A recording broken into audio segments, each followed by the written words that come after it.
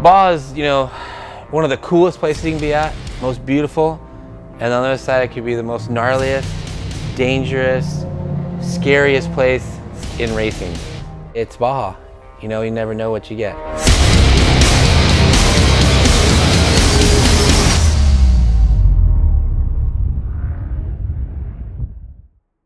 I've been racing Baja for over 26 years. I started out on bikes, then I went to trucks, and then now I'm racing UTVs.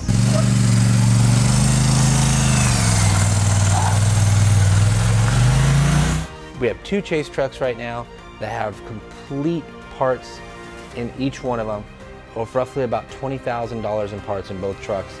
We have tools, welders, fuel, you name it, we have it in there. And that's what it takes to win Baja. And these guys, you know, our pit crew is very knowledgeable about Baja. Everything about Baja, they know about it.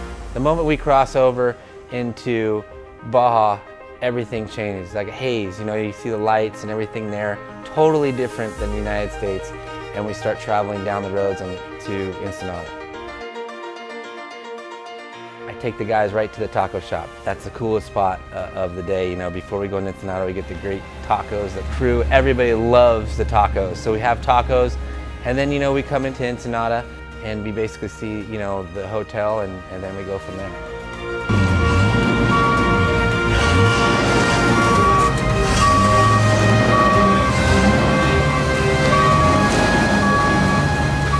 We normally get down there at least 3 to 4 days early. This time we got down there 1 day before, the day before the race. And we had to get everything together. We had, the car had to get ready, cleaned up. We had to do a little bit of pre-running. We had contingency, and contingency is the coolest thing for the pit crew and for the co-driver and drivers to go through and see all the stuff that's there. It's unbelievable to see, and the fans just love it there. That's what they live for down in Mexico. When the races come to Baja, they live to see all the racers there, and it's really cool. They give such a warm welcome to all the people out there.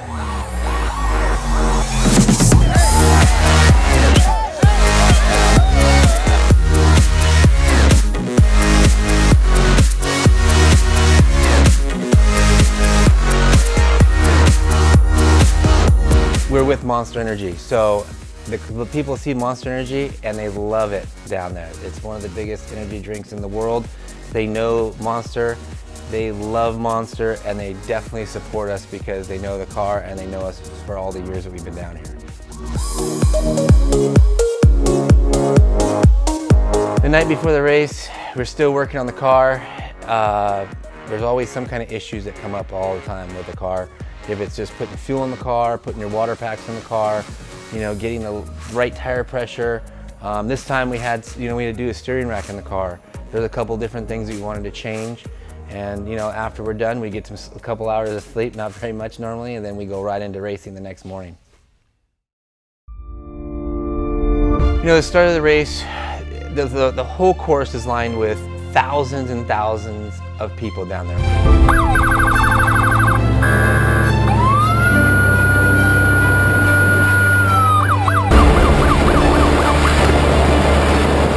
You know, we got to a mile marker 25 and then we had a bottleneck. What that is when all the cars can't get up a hill or something happens. So what happened was the hill was really silty and we couldn't, you know, the trucks couldn't make it up that. And we had full drive, we could make it up it. There was other cars in line with us, so we saw the other UTVs come around and start taking a little bit of shortcuts. So we followed them through, and the other people did not like that at all, Class 10s, Class 12s. But we did have another line out there. They didn't really like us going around them, so they decided to hit us or cut us off or something like that. So he backed up over our car almost. My bumper and I hope my car, my alignment's okay.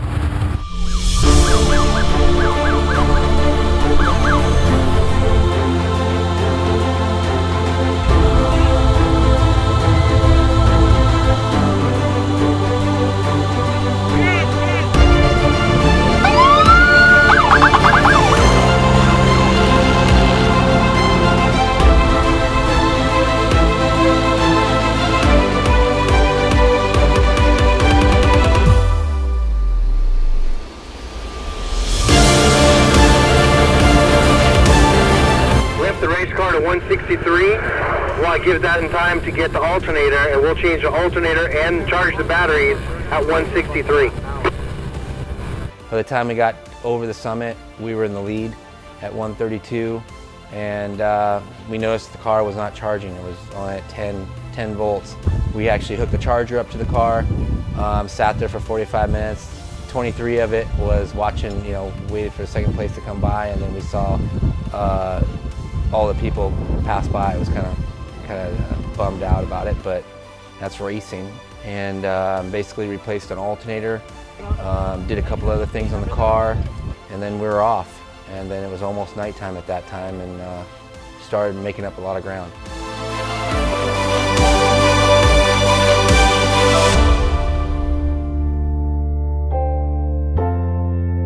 We had all our lights. Our rigid lights were awesome. We had 14 lights on the car. It was amazing driving down the road.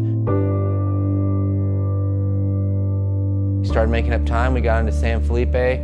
We got back around to mile marker 295, Morelia Junction area, and that was where our next pit was. At that time, we were approximately about an hour and 20 minutes behind.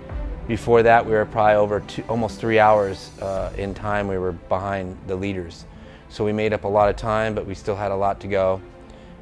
We got fuel at 295. We kept going from there. Everything seemed to be working awesome from there on.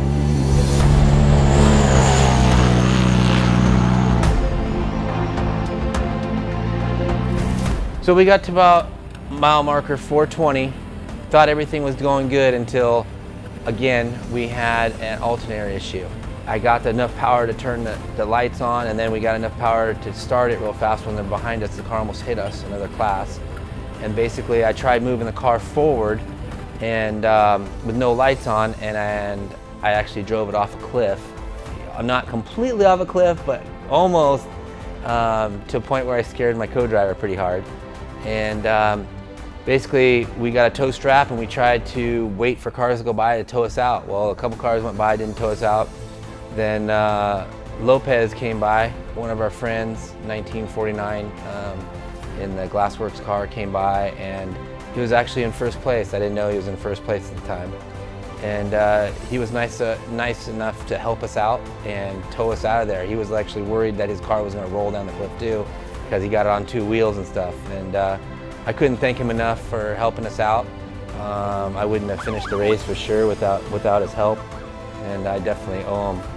For sure, that was the deal. And we got to, after we got pulled out, we got to our pit at 440 on the meadows up there, and then drove in to the finish line with the jumper box on the car the whole way to the finish, and we finished the race.